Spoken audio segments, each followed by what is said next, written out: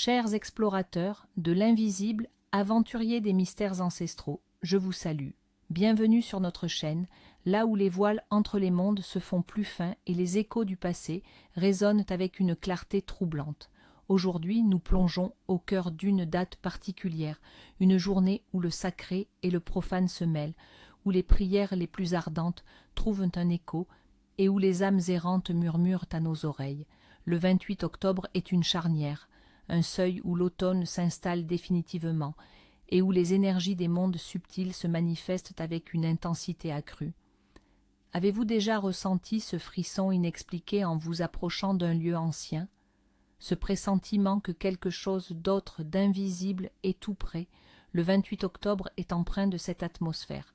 C'est le jour des saints Simon et Jude, une célébration chrétienne qui, comme tant d'autres, a tissé ses racines profondes dans le terreau fertile des croyances païennes et des cycles naturels. C'est le moment où les dernières récoltes sont engrangées, où la nature se prépare à son grand sommeil hivernal et où l'humanité, consciente de cette transition, se tourne vers le ciel et l'au-delà pour trouver réconfort et protection. Dans le calendrier liturgique, le 28 octobre est dédié à la mémoire de deux figures apostoliques majeures, saint Simon le Zélote et saint Jude Thaddée. Ces deux apôtres, fidèles compagnons du Christ, sont vénérés pour leur courage inébranlable et leur dévouement sans faille face à l'adversité. Saint Jude, en particulier, est universellement reconnu comme le saint patron des causes désespérées, des situations que l'on considère comme perdues d'avance. C'est à lui que l'on s'adresse lorsque tout semble s'effondrer, lorsque l'espoir s'amenuise et que seul un miracle peut apporter un soulagement. Les fidèles le prient pour la santé d'un être cher atteint d'une maladie incurable, pour trouver un emploi après de longs mois de recherche infructueuse, pour la résolution de conflits familiaux insolubles, ou pour le succès d'une entreprise que tous jugent vouée à l'échec. C'est une journée où la foi est mise à l'épreuve, mais aussi une journée où la persévérance peut être divinement récompensée. Les échos de cette spiritualité chrétienne résonnent avec des échos plus anciens, des temps où nos ancêtres, face à la dureté de l'hiver approchant, cherchaient eux aussi la protection et la guidance auprès des esprits de la nature et de leurs défunts. Imaginez un instant les routes poussiéreuses de la Galilée, les visages des premiers disciples, la ferveur et l'incertitude qui animaient ces hommes. Parmi eux, Simon le Zélote, un homme au tempérament ardent, autrefois peut-être membre d'une faction juive luttant contre l'occupation romaine. Son surnom, le Zélote, évoque cette passion, cette intransigeance qui, une fois convertie, s'est transformée en une dévotion absolue au message du Christ. Il était l'homme de l'action, du combat pour la vérité, prêt à tout sacrifier pour sa foi. On dit qu'il prêcha l'Évangile en Égypte, puis traversa les déserts avec son compagnon Jude pour atteindre des terres lointaines, là où le nom du Christ était encore inconnu. À ses côtés, Jude Thaddée, également connu sous le nom de Thaddée, était une figure plus discrète, mais non moins essentielle. Il était le consolateur, celui qui apportait réconfort au cœur brisé. Il est souvent confondu avec Judas Iscariote, le traître, ce qui a longtemps fait hésiter les fidèles à l'invoquer, de peur d'appeler le malheur. Mais c'est précisément cette injustice qui l'a rendu si puissant pour les causes perdues. Oublié, mis de côté, il comprend la détresse de ceux qui se sentent abandonnés. La légende raconte que Jude Thaddée, après la Pentecôte, entreprit de vastes missions d'évangélisation. Il se rendit en Mésopotamie, en Libye, en Perse, portant la parole de paix et d'espoir. On raconte qu'il opéra de nombreux miracles, guérissant les malades, chassant les démons et éclairant les esprits par ses paroles. Une histoire particulièrement touchante relate comment il fut envoyé par son collègue Thomas auprès du roi Abgar V d'Édesse, qui souffrait d'une terrible maladie.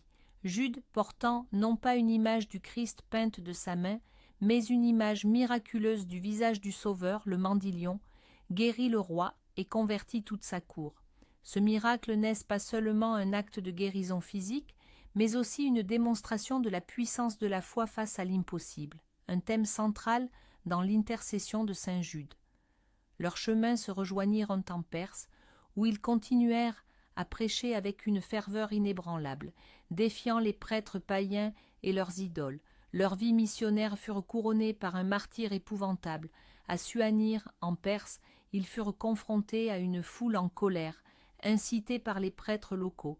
Simon, selon la tradition, fut scié en deux, son corps déchiqueté en un sacrifice sanglant pour sa foi. Jude, quant à lui, fut frappé à mort avec une massue ou une hache, sa tête tranchée en témoignage ultime de son dévouement. Ces scènes d'une violence insoutenable, ces actes de foi qui bravent la mort elle-même, sont le fondement de leur puissance spirituelle. Ils sont devenus des symboles de la force qui naît de la vulnérabilité, de l'espoir qui surgit des ténèbres les plus profondes. Leurs reliques furent ensuite transportées à Rome, où elles reposent aujourd'hui dans la basilique Saint-Pierre, rappel constant de leur sacrifice et de leur intercession. Signe du destin. Écoutez les murmures du 28 octobre. En ce jour chargé d'énergie, le monde nous envoie des signaux. Savoir les interpréter, c'est se donner la chance de naviguer plus sereinement sur les eaux parfois tumultueuses de l'existence. Proverbes populaires et prédictions. À la Saint-Simon et Saint-Jude, les jours diminuent d'un bond. Ce dicton simple souligne la rapidité avec laquelle les journées raccourcissent à cette période, annonçant l'approche de l'hiver. Il nous rappelle de savourer la lumière tant qu'il en est temps. S'il pleut à la Saint-Simon, il y aura de la pluie tout l'hiver. Une pluie abondante en ce jour est un présage de mois froid et humide. Préparez vos parapluies et vos bottes, l'humidité s'installera. Quand le soleil luit pour la Saint-Simon, l'hiver sera doux. À l'inverse, si un soleil radieux éclaire cette journée, les anciens y voyaient le signe d'un hiver clément, moins rigoureux, un appel à profiter des derniers rayons doux avant le grand froid. Si les feuilles ne sont pas tombées à la Saint-Simon, l'année prochaine sera bonne pour le verger. La persistance des feuilles sur les arbres est vue comme un signe de vitalité, annonçant une récolte fructueuse l'année suivante, un symbole de résilience et de promesse. Vent du nord à la Saint-Simon, grand froid bientôt. Le vent venant du nord est un messager de l'hiver. Sa présence indique que les températures vont chuter rapidement et que le froid mordant ne tardera pas à arriver. Trouvez une pièce de monnaie ce jour, signe de richesse inattendue. Une petite pièce brillamment posée sur votre chemin n'est pas un simple hasard. C'est une bénédiction, un présage de gains financiers imprévus ou d'une bonne nouvelle matérielle qui se profile à l'horizon. Perdre un objet précieux, attention aux pertes futures. La perte d'un objet ayant une valeur sentimentale ou matérielle est un avertissement. Cela peut signifier des pertes à venir, qu'elles soient financières, émotionnelles ou même la fin d'une relation importante. Soyez vigilants. Une rencontre inattendue ce jour peut changer votre destinée. Les rencontres fortuites le 28 octobre ne sont jamais anodines. Elles peuvent être le catalyseur d'un changement majeur dans votre vie, ouvrant de nouvelles portes ou révélant des chemins insoupçonnés. Soyez ouverts aux synchronicités. Si une bougie s'éteint sans raison, un esprit vous rend visite. Un phénomène mystérieux qui suggère la présence d'un esprit, peut être un ancêtre. C'est un signe qu'une entité du monde subtil cherche à communiquer ou à signaler sa présence. Rêve de cette nuit, message de l'inconscient. La nuit du 28 octobre est propice aux rêves prophétiques et aux messages de l'inconscient, car le voile est ténu. Rêver d'eau. L'eau symbolise nos émotions et notre intuition. Une eau claire et calme annonce la purification, la paix intérieure et de bonnes nouvelles. Si l'eau est trouble ou agitée, cela peut indiquer des troubles émotionnels, des défis à venir ou des secrets refoulés qui demandent à être explorés. Rêver d'arbres sans feuilles, c'est une image puissante de la fin d'un cycle, de la perte mais aussi de la préparation au repos. Ce rêve invite à la réflexion, à l'acceptation des changements et à la foi en une renaissance future, comme l'arbre qui attend le printemps. Rêver d'animaux nocturnes, hiboux, chauves-souris. Ces créatures de la nuit sont des messagers du monde des esprits et de la sagesse cachée. Un hibou peut symboliser une nouvelle connaissance à acquérir, un avertissement. Une chauve-souris peut représenter des peurs à confronter ou un voyage spirituel. Rêver de porte ou de seuil. Ces symboles indiquent une transition, l'ouverture à de nouvelles opportunités ou le franchissement d'une étape importante. C'est un appel à l'audace, à ne pas hésiter à explorer l'inconnu. Mais si la porte est fermée, cela peut signifier un obstacle ou une occasion manquée. Rêver d'ancêtres ou de défunts. En cette période où les liens avec l'au-delà sont renforcés, rêver de nos aïeux est fréquent. Ils peuvent nous apporter des conseils, des avertissements ou simplement exprimer leur présence. Écoutez attentivement leurs messages, ils détiennent souvent une sagesse essentielle. Nés en ce jour, gardiens de l'espoir. Ceux qui voient le jour le 28 octobre sont des êtres dotés d'une profondeur spirituelle remarquable et d'une résilience à toute épreuve. Ils possèdent une intuition aiguisée, une capacité à percevoir les choses au-delà des apparences. Ce sont souvent des âmes compatissantes, naturellement attirées par les causes perdues, ou celles qui ont besoin d'aide. Ils ont une force cachée, une capacité à surmonter les difficultés avec une foi inébranlable. Tels Saint Jude, ils sont souvent les champions des opprimés, les voix des sans-voix. Leur destin est souvent marqué par des défis qui, une fois relevés, les transforment en phares d'espoir pour leur entourage. Ils peuvent parfois se sentir incompris, mais leur nature profonde les pousse à chercher la vérité et à défendre la justice avec une persévérance exemplaire. Onomastique. Le 28 octobre est bien sûr la fête des Simons et des Judes. À tous ceux qui portent ces noms, nous souhaitons une journée remplie de bénédictions. Le prénom Jude d'origine hébraïque signifie louange. Les personnes portant ce nom sont souvent dotées d'une forte détermination, d'une grande intégrité et d'une capacité à inspirer confiance. Elles sont loyales et fidèles à leurs convictions, prêtes à se battre pour ce en quoi elles croient, tout en restant discrètes et humbles. Tradition et rituel, ce que l'on fait en ce jour particulier. En ce 28 octobre, les rituels et les gestes de nos ancêtres prennent tout leur sens. Ils nous connectent à une sagesse millénaire, nous offrant des clés pour naviguer dans l'incertitude du monde. U1. Le rituel de la chandelle pour les causes désespérées. Objectif: solliciter l'intercession de Saint Jude Thaddée pour une situation qui semble sans issue lorsque tous les autres recours ont échoué. Ce qu'il vous faut: une bougie blanche, symbole de pureté et d'espoir, une image ou une statuette de Saint Jude si vous en avez une, un petit morceau de papier et un stylo, une allumette ou un briquet. Quand et comment le pratiquer? Choisissez un moment calme de la journée, de préférence le matin ou le soir, dans un endroit où vous ne serez pas dérangé. Allumez la bougie. Sur le papier, écrivez clairement et succinctement votre demande la plus désespérée, celle pour laquelle vous ne voyez plus de solution. Placez le papier plié sous la bougie ou devant l'image du saint. Recitez ensuite la prière suivante avec ferveur et conviction. Ô Saint Jude, apôtre glorieux, fidèle serviteur et ami de Jésus, le nom du traître a été la cause que beaucoup t'ont oublié, mais l'Église te vénère et t'invoque universellement comme le patron des causes désespérées, des cas que l'on ne peut secourir. Prie pour moi qui suis si misérable, fais usage, je t'en supplie, du privilège spécial qui t'a été accordé, de venir en aide promptement et visiblement à ceux qui t'invoquent. Viens à mon secours en cette grande nécessité. Amen. Ce qu'il faut faire après: laissez la bougie brûler entièrement en toute sécurité. Une fois qu'elle est éteinte, vous pouvez brûler le papier sur la flamme résiduelle de la bougie, si c'est sûr, puis disperser les cendres au vent ou l'enterrer dans la terre, confiant que votre demande a été entendue. La foi est la clé de ce rituel. 2. Le rituel de protection d'automne pour le foyer. Objectif: protéger votre maison et ses habitants des énergies négatives, des mauvaises influences et des esprits malveillants, particulièrement actifs à l'approche de Samhain et de l'hiver. Ce qu'il vous faut: quelques brins de romarin, de thym ou de laurier. Ces herbes sont réputées pour leurs vertus protectrices et purificatrices.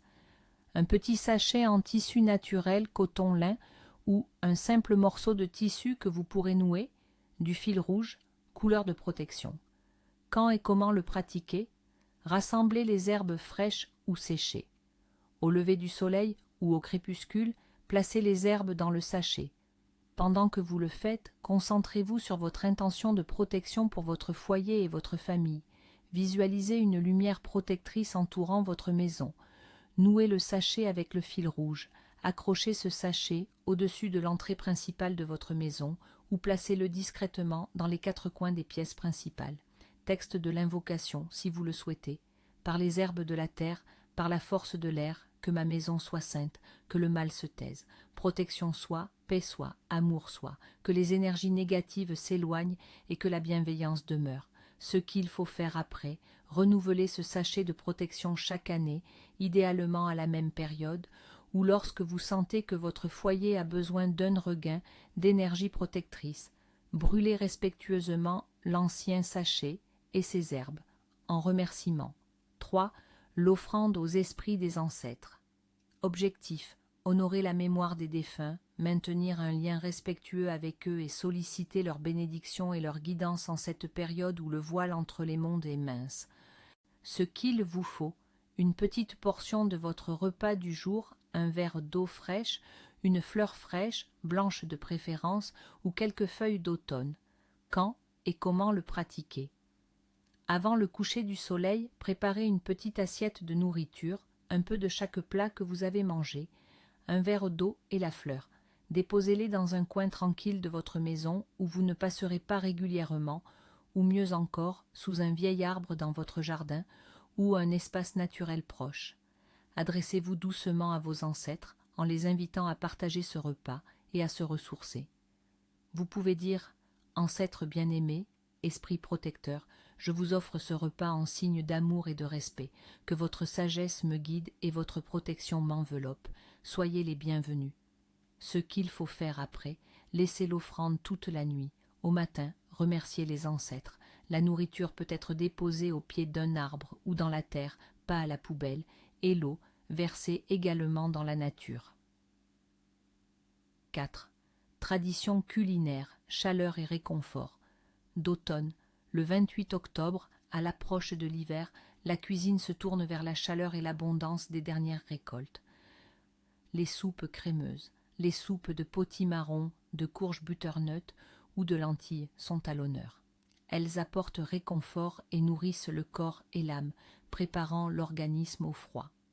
Les fruits d'automne, les pommes et les noix sont des symboles de la fin de la récolte et de la richesse de la terre. Les tartes aux pommes, les compotes, les noix grillées ou incorporées dans des pains sont des mets traditionnels. Le pain et les céréales, un pain dense, parfois agrémenté de fruits secs ou de graines, est consommé. Il rappelle la notion de subsistance et de gratitude pour les dons de la terre. Certains confectionnent un pain des morts symbolique, non pas pour les manger, mais pour les déposer sur les autels ou les tombes en offrande. Les boissons chauffantes, le vin chaud épicé, vin chaud ou le cidre chaud sont appréciés, réchauffant le corps et l'esprit, invitant à la convivialité et au partage alors que les jours raccourcissent. Interdits principaux du jour, ceux qu'il ne faut absolument pas faire. En cette journée si particulière, certaines actions peuvent attirer le malheur ou le déséquilibre. Respecter ces interdits, c'est se protéger et honorer les énergies du jour. 1. Ne pas ignorer les appels à l'aide. En ce jour dédié à Saint Jude, patron des causes désespérées, se montrer indifférent à la détresse d'autrui est un affront. Si quelqu'un vous sollicite pour une aide sincère, même petite, tentez de l'apporter. Conséquence: refuser de tendre la main pourrait vous attirer des situations similaires de désespoir, où personne ne vous viendra en aide. Le karma, dit-on, se souvient de tout. 2. Ne pas se disputer violemment ou garder rancune. Les énergies du 28 octobre sont propices à la purification et à la réconciliation. Les disputes vives et les rancœurs persistantes créent des failles énergétiques dans le foyer, attirant les esprits de discorde. Conséquence: vous pourriez vous retrouver dans un cycle de conflits prolongés, des malentendus avec vos proches et une ambiance pesante dans votre maison jusqu'à l'année suivante. 3. Ne pas commencer de nouvelles entreprises risquées. Ce jour est un temps de bilan et de transition, non d'initiatives audacieuses et incertaines. Les projets lancés avec trop d'assurance ou de légèreté risquent de se transformer en cause perdue. Conséquences, échecs répétés, pertes financières significatives et un sentiment d'impuissance face à l'adversité qui peuvent vous suivre pendant longtemps. Mescar, ne pas jeter de nourriture ou gâcher. Honorer la récolte est primordial. Gâcher la nourriture en ce jour est un signe d'ingratitude envers la terre et ses bienfaits et un appel à la pénurie. Conséquence, vous risquez de connaître des périodes de disette, des difficultés financières liées à la nourriture ou des récoltes maigres l'année prochaine si vous êtes agriculteur. 5. Ne pas laisser les portes ou fenêtres ouvertes la nuit. À l'approche de la Toussaint, le voile entre les mondes est mince. Laisser des ouvertures exposées pendant la nuit invite les entités indésirables ou les énergies négatives à pénétrer dans votre espace sacré. Conséquences. Des nuits agitées, des cauchemars, une sensation de présence désagréable, des troubles du sommeil et une atmosphère de malaise généralisée dans la maison. 6. Ne pas prêter d'argent ou d'objets de valeur. Les échanges d'argent ou d'objets précieux peuvent être chargés d'énergie inattendue en ce jour. Il est dit que prêter peut entraîner des pertes définitives ou transférer des malheurs. Conséquence, vous risquez de ne jamais revoir ce que vous avez prêté, d'entacher une relation par l'argent ou d'hériter malgré vous des problèmes de la personne à qui vous avez fait un prêt. 7. Ne pas couper les cheveux ou les ongles, surtout après le coucher du soleil. Ces gestes, considérés comme des pertes de notre force vitale, peuvent affaiblir notre aura en cette journée particulière, nous rendant plus vulnérables aux influences extérieures. Conséquence, une diminution de votre vitalité, une susceptibilité accrue aux maladies ou une sensation de fatigue persistante, comme si votre énergie vous était siphonnée. 8. Ne pas parler en mal des défunts ou des absents. Le respect envers ceux qui nous ont quittés est d'une importance capitale. Médire sur les morts ou les absents en ce jour où leur présence est plus palpable peut attirer leur mécontentement. Conséquence, des rêves perturbants, une sensation d'être observé ou suivi et une mauvaise fortune qui pourrait s'attacher à vous comme une ombre. 9. Ne pas laisser son foyer dans le désordre. Un foyer désordonné est un miroir d'un esprit désordonné. Le chaos attire le chaos. Un intérieur en pagaille peut être perçu comme une invitation aux énergies stagnantes ou négatives.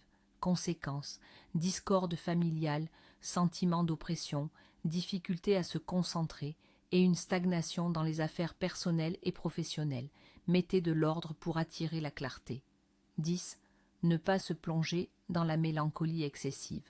Bien que l'automne puisse inviter à l'introspection, une mélancolie trop profonde peut ouvrir la porte à des sentiments de désespoir que saint Jude combat précisément. Cherchez la lumière. Conséquences. Une spirale de tristesse, une perte d'énergie vitale et une difficulté à voir les opportunités, même les plus évidentes, vous enfermant dans une bulle de pessimisme. Le 28 octobre est plus qu'une simple date sur un calendrier. C'est une invitation à la réflexion, à la foi et à la connexion avec les mondes qui nous entourent. C'est un jour pour honorer le passé, protéger le présent et préparer l'avenir. Puissiez-vous, chers amis, traverser cette journée avec sagesse et sérénité, en écoutant les signes et en respectant les traditions. Que la lumière de la connaissance et la force de l'espoir vous guident toujours. À très bientôt pour de nouvelles explorations